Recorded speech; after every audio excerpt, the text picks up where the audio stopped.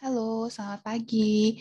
Hari ini kita mau belajar tutorial statistik untuk pengolahan data dengan menggunakan Amos, ya. Oke, mari kita mulai aja. Sebelum kita mencoba aplikasi Amos untuk mengolah data, kita mau kenalan dulu sama istilah SEM atau Structural Equation Modeling. Nah, Amos ini adalah salah satu program aplikasi statistik untuk mengolah data penelitian dengan model persamaan struktural, atau kalau dalam bahasa Inggrisnya Structural Equation Modeling atau SEM. Ya, SEM atau pemodelan persamaan struktural itu adalah salah satu teknik analisis multivariat yang digunakan untuk menguji teori atas sekumpulan relasi antar sejumlah variabel secara simultan. Jadi, kalau bisa kita simpulkan bahwa antara SEM dengan teknik analisis multivariat lainnya itu agak sedikit berbeda. SEM atau Structural Equation Modeling ini mampu mengestimasi secara serentak sederetan persamaan regresi berganda yang berdiri sendiri-sendiri namun saling bergantung satu sama lain dalam suatu model struktural. Nah, inilah kenapa SEM itu dibilang atau disebut sebagai kelompok analisis multivariat generasi kedua, yaitu karena merupakan suatu teknik analisis yang efektif menggabungkan beberapa teknik analisis multivariat standar. Antara lain ada regresi, ada analisis faktor, atau juga ada analisis path atau analisis jalur.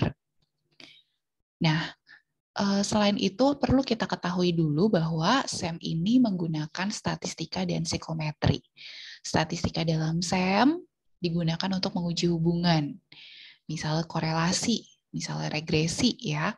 Dan di sisi psikometrinya digunakan untuk menguji alat ukur, yaitu validitas dan reliabilitas. Kita ketahui sebagai alat ukur untuk menguji kualitas datanya ya. Nah, di dalam SEM terdapat analisis faktor, analisis jalur, dan regresi. Nah, sebenarnya software-software yang bisa digunakan untuk melakukan analisis SEM ini cukup banyak pilihannya ya. Salah satunya adalah Amos. Tapi nggak hanya Amos, yang lain juga banyak. Ada Lisrel, ada EQS, ada SAS, dan lain-lainnya. Mungkin kalian pernah dengar beberapa aplikasi ini ya, misalnya Smart PLS, Tata, M+, dan lain-lain. Oke, sekarang kita masuk ke bagian yang spesifik membahas tentang Amos. Amos itu sendiri apa sih namanya ya? Diambil dari singkatan sebenarnya Amos itu, yaitu Analysis of Moment Structure. Oke, Amos dapat digunakan untuk mengolah data penelitian. Apakah data tersebut diperoleh secara kuesioner atau diambil langsung dari sumbernya atau termasuk data primer, atau datanya itu berupa data sekunder. Untuk data primer, kita mengenal istilah latent variable atau variabel laten, atau unmeasured atau unobserved variable. Nah, sedangkan untuk data sekunder, kita juga mengenal istilah observed variable atau measured variable. Contoh-contoh data sekunder adalah data yang kita peroleh langsung sudah berupa angka atau langsung berupa sudah ada nilainya. Misalnya diambil dari data keuangan atau data laporan keuangan, itu sudah ada angkanya, sehingga disebut sebagai measured variable. Variabelnya sudah ada nilainya gitu ya. Lain kalau kita bandingkan dengan misalnya variabel tentang kepuasan. Nah, kita harus pakai alat ukur lagi untuk mengukur tingkat kepuasan tersebut. Makanya disebut latent variable atau unmeasured, unobserved variabel yang perlu diukur lagi untuk tahu. Untuk bisa diolah tuh harus diukur dulu ya. Oke, nah dalam kuesioner berarti menggunakan data primer ya, kita akan mengenal istilah konstruk atau variabel. Kemudian ada variabel dependent, kita sebut endogen, dan ada variabel independen atau kita kenal dengan istilah eksogen. Kemudian kita juga mengenal istilah indikator. Jika kita menggunakan kuesioner, berarti kita akan mengukur suatu variabel dengan menggunakan butir pertanyaan. Nah, butir pertanyaan itu kita kenal dengan istilah indikator ya. Biasanya pengukuran atas satu variabel itu diukur dengan beberapa indikator ya. Bisa berupa pertanyaan, bisa juga berupa pernyataan. Nah, oke. Mari kita lanjut. Nah, sekarang coba kita lihat modelnya atau gambar model ketika kita mau menggunakan aplikasi Amos ya. Contoh hubungan antar konstruk atau antar variabel. Misalnya kita punya pernyataan atau hipotesis yang berbunyi kepuasan konsumen berpengaruh terhadap loyalitas konsumen ya. Jadi di sini saya gambarkan ada dua variabel. Variabel yang pertama adalah kepuasan konsumen, dan variabel yang kedua adalah loyalitas konsumen. Nah, kita perhatikan di sini bahwa antara variabel satu dengan variabel yang lain, dengan variabel yang kedua ya, itu ada tanda panah ya. Kita lihat tanda panahnya dari variabel pertama menuju ke variabel yang kedua. Artinya berarti kepuasan konsumen sebagai variabel pertama itu merupakan variabel independen.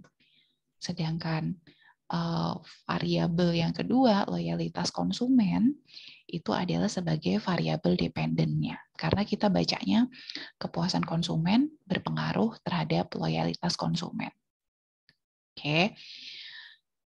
Oke, kita lihat. Nah, di sini saudara lihat bahwa variabelnya itu digambarkan dalam bentuk elips atau dalam bentuk lingkaran yang gepeng ya.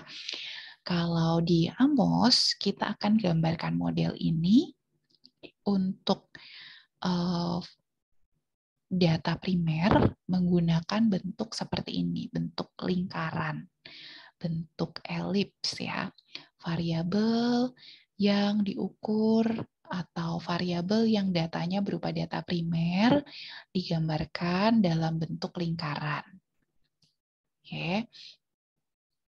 Nah, sekarang kita mau melihat berikutnya tentang hubungan konstruk variabel dan indikator. Kita akan kenal dengan istilah yang namanya reflektif dan formatif. Mari kita lihat sebentar gambarnya ya.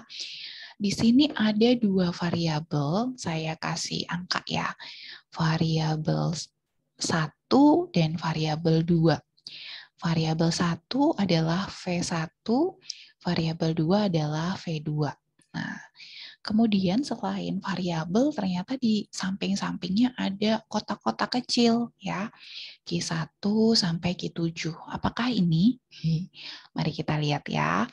Nah, V1 itu adalah variabel eksogen atau variabel independen. Karena kita lihat ini ada tanda panahnya ya, arahnya V1 ke V2 ya. Sedangkan V2 itu kita kenal sebagai variabel dependen, yaitu variabel yang tergantung atau dipengaruhi oleh variabel independen. Oke. Nah, sekarang kita lihat yang kotak-kotak kecil, Q1 sampai Q4 berada di sisi sebelahnya V1.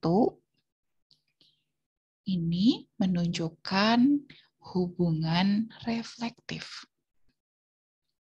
Kenapa reflektif? Nah, kita lihat dari tanda panahnya ya. Tanda panahnya itu arahnya dari variabel V1 menuju ke indikator Q1 sampai Q4. Oke. Nah, kita kalau kayak gini bacanya gimana nih? Nah, ini berarti kita bisa simpulkan bahwa Q1 dan Q4 merupakan pertanyaan atau indikator-indikator yang digunakan oleh peneliti untuk mengukur variabel V1. Ya. Oke, kemudian kita lihat ke sisi sebelahnya ya, yang formatif ya. Coba kita lihat sebentar. Nah, yang di sisi sebelah kanan, kita lihat di sini ada tulisannya formatif. Kenapa, kapan, atau bagaimana kita mengidentifikasi bahwa hubungannya itu adalah formatif? Kita lihat fokus ke variabel V2, Q5, Q6, dan Q7 ya sekarang. Nah, kita lihat bahwa di sini kotak-kotak Q5 sampai Q7-nya itu tanda panahnya mengarah ke variabelnya, ke V2-nya ya. Sehingga kita bisa identifikasi bahwa hubungannya adalah merupakan hubungan formatif atau merupakan indikator formatif. Nah, untuk yang indikator formatif ini biasanya kita temukan pada PLS atau partially square, sedangkan untuk yang hubungan reflektif biasanya kita gunakan dalam SEM. Oke, kita lanjut. Contoh hubungan konstruk variabel dengan indikatornya. Nah, sekarang gambar yang tadi kita coba aplikasikan dalam bentuk model ya, yang lebih jelas ya.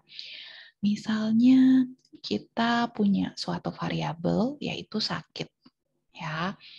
Nah, sakit ini kita akan ukur dengan menggunakan beberapa indikator. Kalau kita gunakan hubungan reflektif, indikator yang akan kita gunakan adalah misalnya kita cek suhu badannya, tekanan darah, denyut nadi, dan perasaan sakit. 1 sampai 10. Berapa kamu merasa sakit?